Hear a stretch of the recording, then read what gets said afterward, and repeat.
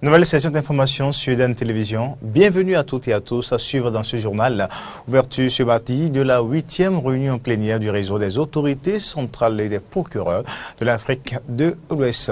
José Didier Tonato, le ministre du Cadre de vie et du développement durable, était face aux députés ce lundi pour défendre le budget 2019 de son département ministériel. Et puis, les habitants de Bénin en République démocratique du Congo expriment leur frustration et leur incertitude à l'approche des élections prévues le 23 décembre. Voilà pour le sommaire.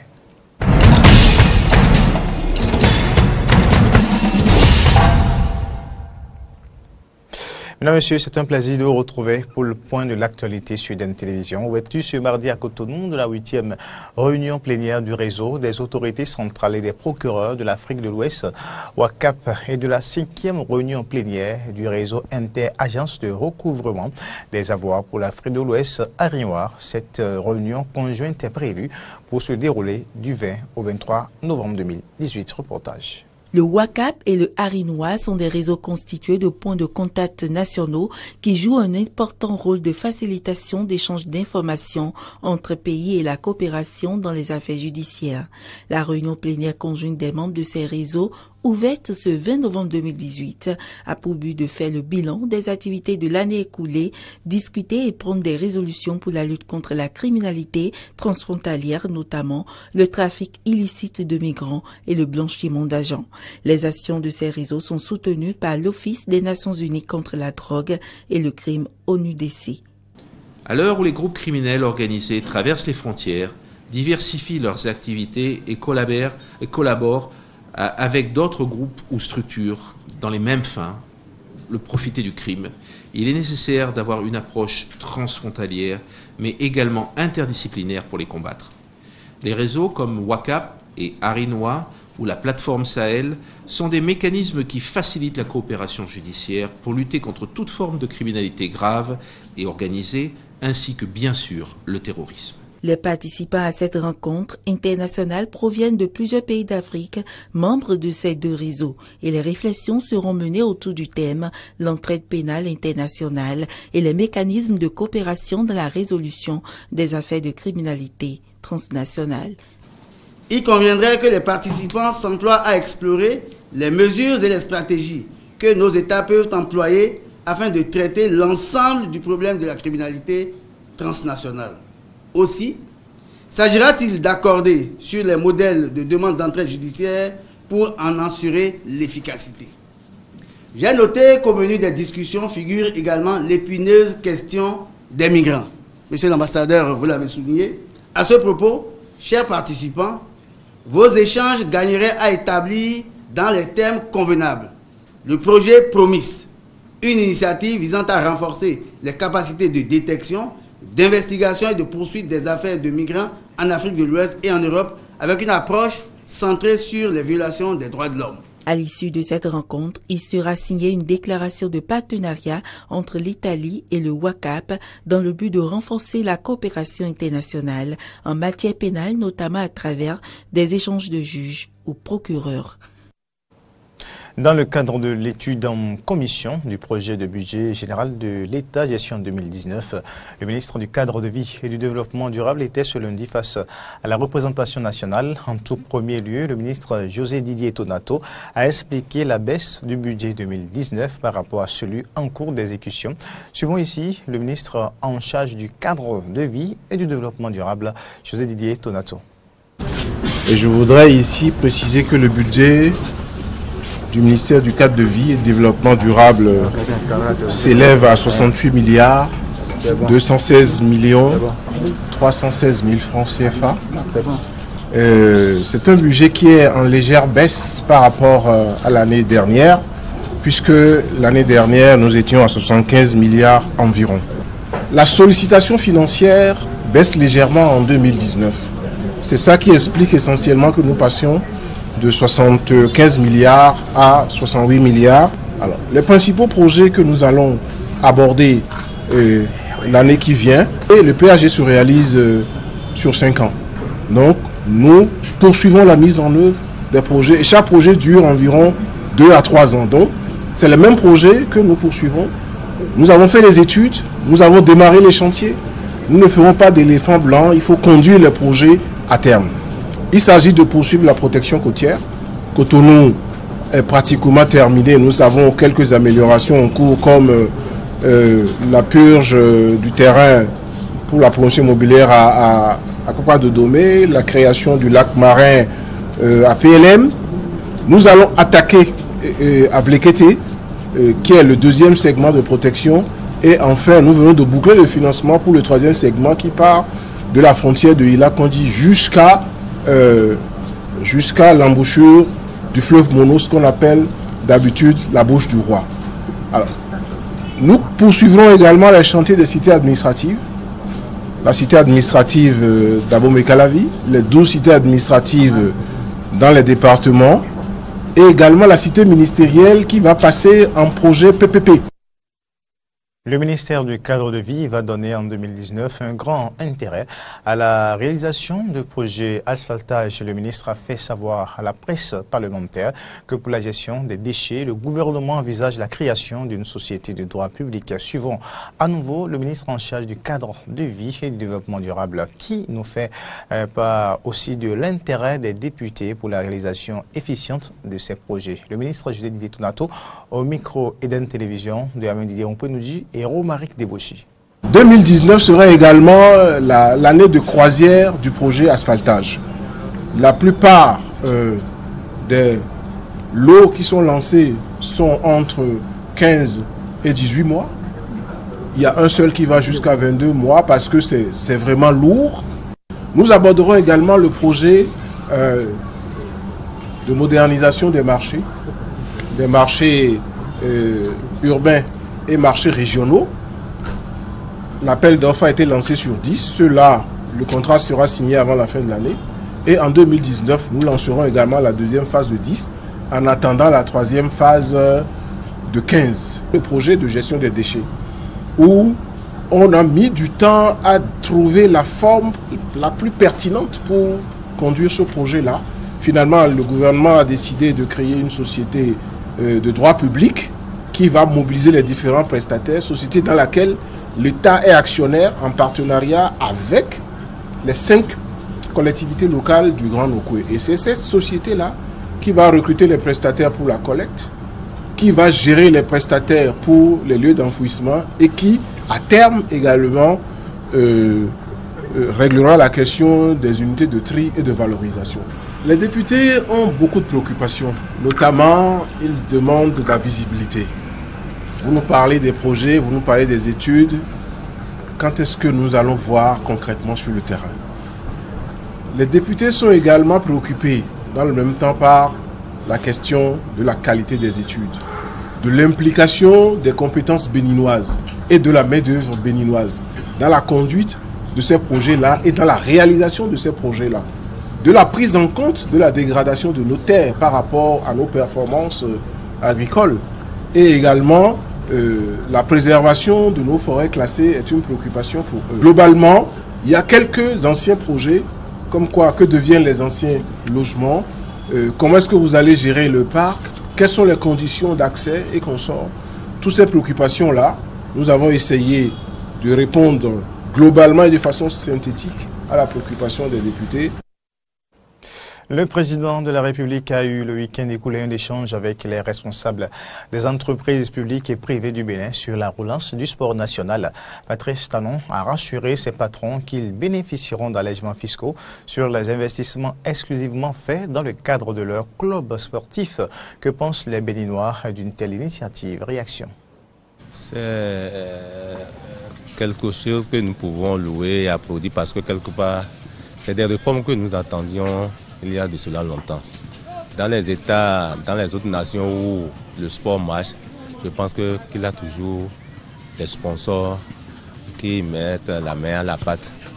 Maintenant que c'est venu dans notre nation, nous ne pouvons que acclamer et soutenir.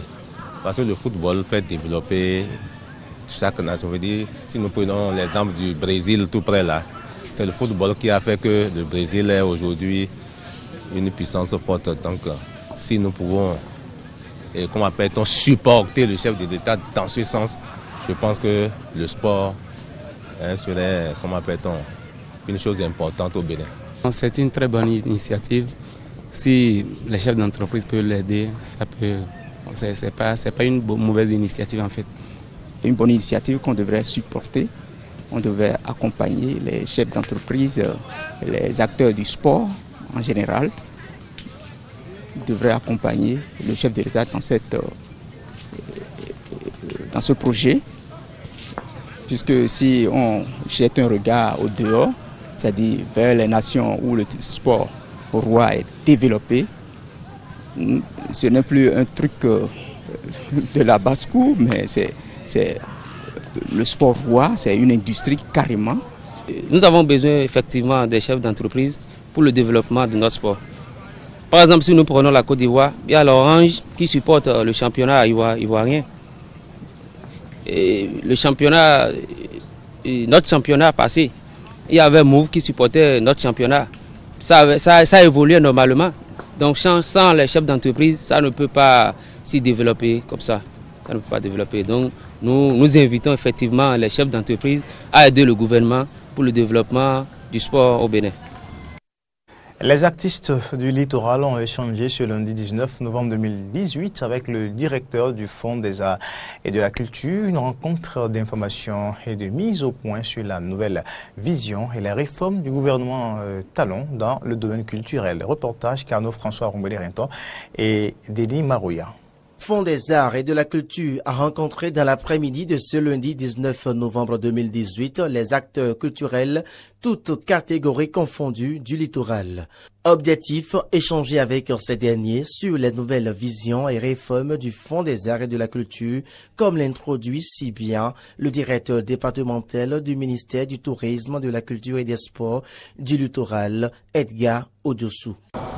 Comme le chef d'État l'a toujours dit, tous les secteurs qui ont du mal à décoller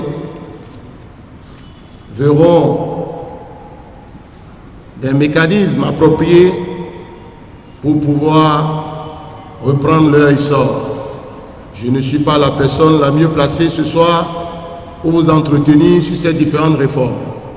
Mais par contre, la personne la mieux placée, il s'agit bien du directeur général du Fonds des Arts et de la Culture, qui va vous entretenir sur ces différentes réformes. Les voies et moyens, les différentes formalités à faire pour se faire appuyer sous n'importe quelle forme. Je pense que M. Gilbert Dehou va vous entretenir tout à l'heure sur ces points. S'en est suivi après des explications de la part du directeur sur non seulement la nouvelle appellation du Fonds des Arts et de la Culture, mais aussi sur les réformes de l'institution. Certaines mauvaises langues ont tout fait de dire que c'est parce que le gouvernement du président Patrice Talon n'entend plus aider les artistes, les accompagner, et que c'est pour cela que le mot « aide » a été retiré et remplacé par le mot « art ». La voie la plus indiquée pour apporter le démenti est la mienne. Il n'a jamais été question pour le chef de l'État de ne plus accompagner les acteurs culturels. Avec le Fonds des Arts et de la Culture, je voudrais vous rassurer que tous les produits que cette direction offrait aux acteurs culturels demeure. Mais mieux, il y a eu 2 autres produits qui se sont ajoutés. Il s'agit du fonds de bonification et de la détection des talents. 2 ans après, diront les artistes que le Fonds des Arts et de la Culture renaît de ses cendres pour l'essor et le bien-être des acteurs culturels du département du littoral.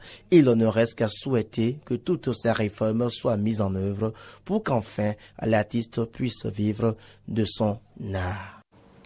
Mais suivons maintenant les impressions de quelques artistes à la fin de cette rencontre, à propos recueillis par Carnot François Rombelé-Rinton et Denis Marouya. À dire merci au gouvernement, merci à tous ceux qui sont dans le secteur de la culture. C'est déjà, moi, ma demande était toujours qu'on puisse apporter ce plus-là à la culture béninoise. Et je pense que c'est le moment. Je pense que maintenant le président regarde vers nous et qu'il va faire quelque chose pour notre culture. Moi, mon coup de cœur, c'est qu'on puisse vraiment aider ces artistes-là qui sont encore dans l'ombre et qui ont du talent et qui veulent vraiment réussir. Et j'espère qu'ils vont vraiment faire ça. Je suis très très content.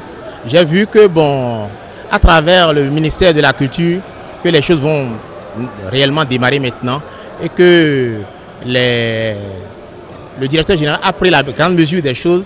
Il veut avancer avec les artistes et que le gouvernement pense réellement aux artistes béninois. Maintenant, il faut que les artistes de leur côté travaillent réellement pour montrer qu'ils sont réellement des talents dans le pays. Il faut qu'il y ait vraiment un bon travail à notre niveau d'abord, un bon son et que l'on soit vraiment apprécié par la population.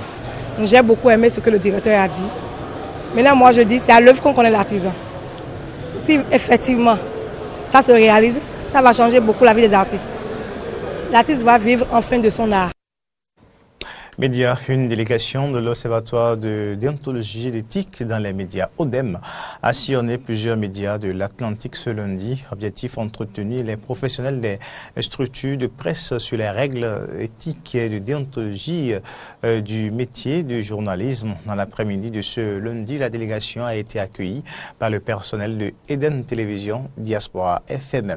À la fin des discussions, le secrétaire général de l'ODEM, Fortuné Sosa, a laissé quelques mots à nos micros. Suivons Fortuné Sosa, secrétaire général de l'ODEM, au micro de Eden Télévision, de Laurent Roland-Tony Ikes et Fiacre Voiton. L'objet de cette visite est pédagogique. Pédagogique en ce sens que on dit souvent dans notre pays que nul n'est censé ignorer la loi. Mais cela n'empêche pas qu'il y ait des moments de sensibilisation, des moments de rappel de cette loi-là. Et vous savez, l'Observatoire de la déontologie et de l'éthique dans les médias est cette instance-là qui s'occupe, qui veille à ce que l'on exerce le métier de journaliste en suivant les règles éthiques et déontologiques. Parce que nous disposons dans l'exercice, dans la pratique de ce métier-là, d'un code de déontologie. Et il faut forcément respecter ce code-là lorsqu'on veut produire de l'information. Et vous savez que bientôt nous aurons des élections au Bénin, les élections législatives. Donc c'est un devoir pour l'ODEM d'aller dans les différents médias pour sensibiliser davantage, pour aller au contact. Nous faisons des sensibilisations à distance. Mais cette fois, il faut aller au contact des différents acteurs des médias pour vraiment leur mettre l'accent sur les éléments qui concernent la vérification de l'information, qui concernent l'assurance de cette information-là qui est capitale. C'est-à-dire quoi? Lorsque nous allons à la collecte de l'information, lorsque nous traitons cette information, nous devons nous assurer à 100% que l'information que nous voulons diffuser est une information vraie. Journalistes que nous sommes, lorsque nous exerçons notre métier avec professionnalisme, nous demeurons toujours des éveilleurs de conscience, nous demeurons toujours de ceux-là qui sont professionnels, pur et simple, professionnel, pur et dur, et jamais le pire n'arrivera par nous. Parce que l'outil information est un outil très sensible, est un outil délicat, et il faut toujours manipuler cela avec beaucoup de circonspection. Hors du Bénin, barrages filtrants et centres commerciaux fermés, la Réunion est toujours paralysée par les gilets jaunes. Sur l'île, le mouvement donne lieu à une flambée de violence et un couvre-feu a été mis en place la nuit dans la moitié des communes. Rappelons que ce mouvement proteste principalement contre la hausse du prix du carburant et la pression fiscale. Suivant quelques réactions. Il veut jouer à tête dure, il veut la révolution de mai 68. S'il veut la révolution de mai 68, ben, il va l'avoir. Chez nous à la Réunion, on dirait qu'on ne sait pas quoi. Quand on dit quelque chose, on nous prend pour des voyous, et alors que on prend des voyous, on est des citoyens français comme tout. Et pour après on est éloigné, le gouvernement ne tient pas compte. C'est très compliqué depuis samedi. Voilà, je fais des allers-retours et je suis toujours sur la route. Et malheureusement, on ne peut rien faire d'autre qu'attendre, patienter. Mais je suis de tout cœur avec les manifestants. RDC, les habitants de Béni expriment leur frustration et leur incertitude à l'approche des élections prévues le 23 décembre alors que les campagnes électorales commencent. La région a été le théâtre de l'un des conflits les plus virulents dans l'est de la RDC. Je suis parmi les victimes de la première attaque. J'ai mon frère qui est aussi mort. Il n'y a pas que lui, il y en a d'autres aussi. Et j'ai des amis qui sont blessés et qui se trouvent en ce moment même à l'hôpital. L'insécurité touche toutes les couches de la population. Si vous allez voir, les gens sont partis. Les boutiques, les centres de santé, les pharmacies ont été pillés. Ils arrivent, ils tuent les gens, ils arrivent, ils incendient les maisons. Après avoir terminé, ils amènent avec eux les chèvres. Ils kidnappent aussi les enfants. Il n'y a pas d'activité ici chez nous. Nous les Congolais, nous souffrons du tout. L'insécurité, la famine, je ne sais pas quoi dire. Restons en RDC où, après 2 ans de report, d'attente et de tension, une campagne électorale à haut risque s'ouvre sans qu'on sache si elle va soulager ou aggraver la crise qui paralyse le plus grand pays d'Afrique subsaharienne. Le président de la Commission électorale nationale indépendante, Séni Corneille Nangaa, doit officiellement c'est mercredi cette campagne lors d'une rencontre majorité-opposition à l'Assemblée avec un jour d'avance sur le calendrier électoral. La campagne doit prendre fin le 21 décembre à minuit, 2 jours avant les élections présidentielles, législatives et provinciales à un seul tour prévu le 23 décembre. Et c'est sur ces bases que nous bouclons cette édition. Mesdames, Messieurs, merci de l'avoir suivi. Au revoir.